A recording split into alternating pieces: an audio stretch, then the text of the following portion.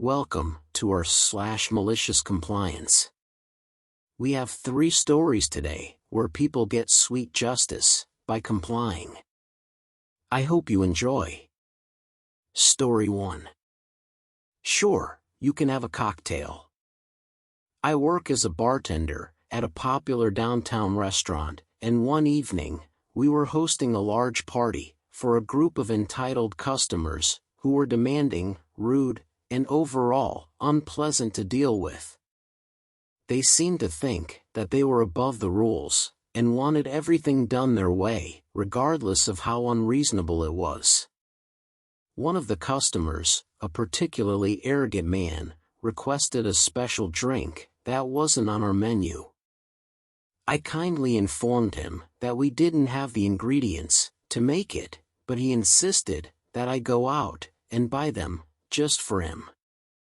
I explained to him that it wasn't possible, as the liquor stores were closed by that time, but he wouldn't take no for an answer. That's when I decided to use malicious compliance to my advantage. I told him that I would do my best to fulfill his request, but it would take some time. I then left the bar and went outside for a few minutes, letting him stew in his own frustration. When I returned, I presented him with a drink that was made with the cheapest, lowest quality ingredients that we had available. The look on his face was priceless, as he took a sip and realized that it was not the high-end drink that he had requested. But the best part was when he demanded to see the manager who had witnessed the entire exchange. She simply looked at him and said, "Well, she did exactly what you asked for." End of story 1. Now on to the second. Story 2. Check the property line? Okay. Back when I was responsible for garden and grounds-related issues for a housing developer, Susan popped her head over her neighboring property's fence. Susan was abrupt and rude, but not quite to Karen level, so Susan it is.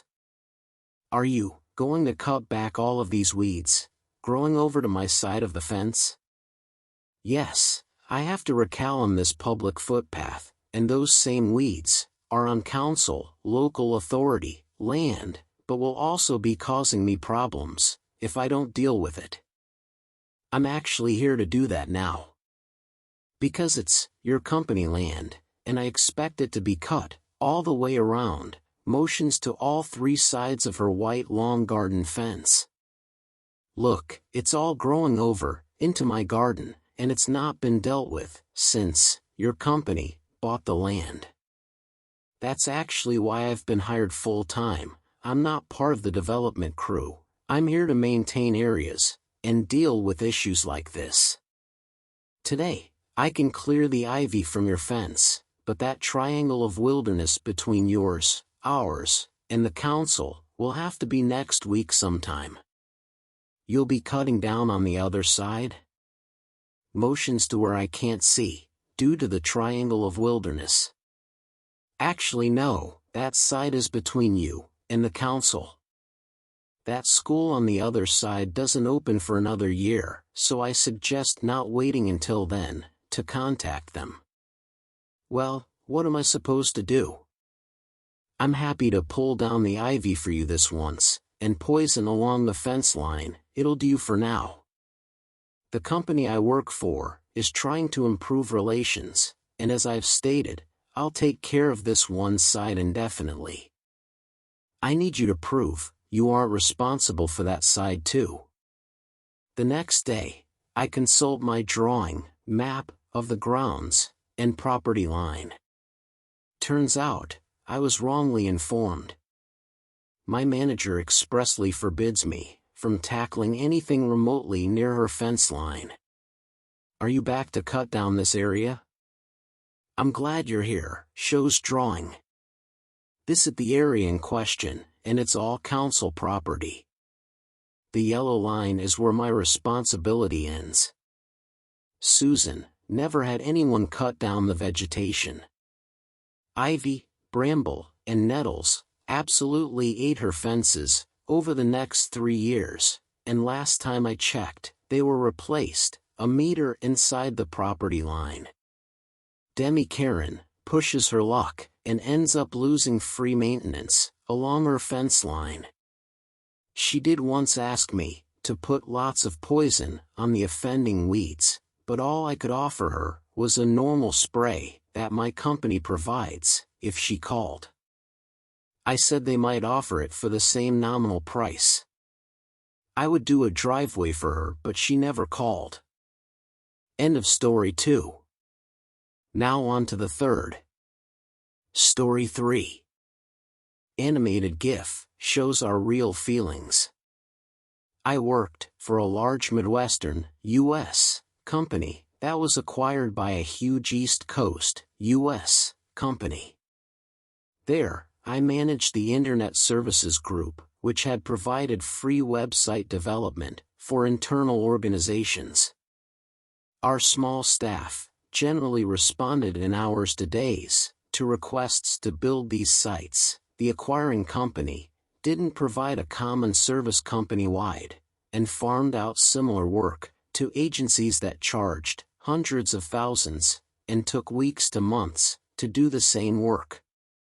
I was asked to have my group prepare an extensive HR site for the impending acquisition, including lots of forms, with back-end databases and documents for the newly acquired employees, plus a fancy animated logo.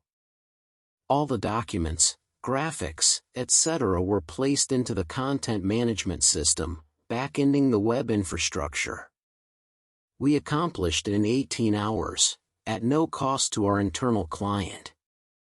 They were flabbergasted that we could provide this service so quickly, so accurately, and at zero cost. It quickly became clear, however, that the acquiring company had no intention to retain the local employees of the acquired company, with layoff notices being distributed at a steady pace, including to members of my team. We replaced the nice, cheerful animated GIF logo with one that would repeat the desired animation for 5 or 10 minutes, and then, if the web page was left open long enough, it would display a rude, very rude, message for the acquirers. Because of our content management system and reuse policies, the logo GIF file couldn't be deleted or replaced if it was also used in some other website, so we made sure to use it in many sites, open to the public or not. And that's the end of story 3. Please consider subscribing if you have enjoyed, as I post daily. And have a great day.